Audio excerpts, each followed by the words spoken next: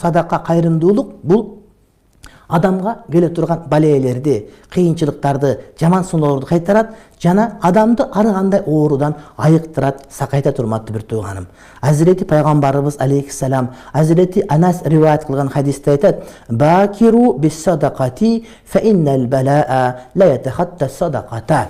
Азирети имам Байхақи риваят кылган бул хадисте пайгамбарыбыз алейхиссалам айтат: "Садаканы эртерээк бергенге шашылгыла, кайрымдуулукту эртерээк бергенге шашылгыла, анткени садаканы бале аттап өтө албайт" дейт.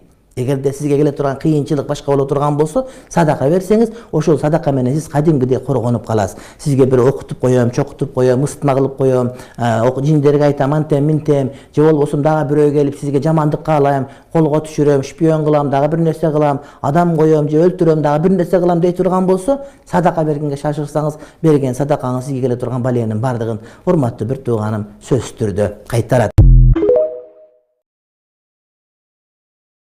Пайгамбар алейхиссалам айтат: "Bir адамдын тамагы эки адамга жетет, экөөнүкү төртөөгө жетет" деп айткан. Пайгамбар алейхиссалам айткан: "Жардыларга жардам бергиле, бергенден акчаңар кемибейт, анын берекеси болот" деп айткан. Пайгамбар алейхиссалам айткан: "Үйгө киргенде салам айтып киргиле" деп айткан. Үйдө эч ким жок болсо деле салам айтканда шайтандар качат, үйгө береке келет деп айткан. Пайгамбар алейхиссалам сүннөттөн урматтуу бир тууганым, өтө ысык ичме деп айткан. Бир аз муздатып ичкиле деп айткан. Тамакка үйлөбө деп айткан. Айтыр кандай осуят уксак, ошону аткара турган болсок, жашоого урматтуу бир туугандар береке келе бере турган болот.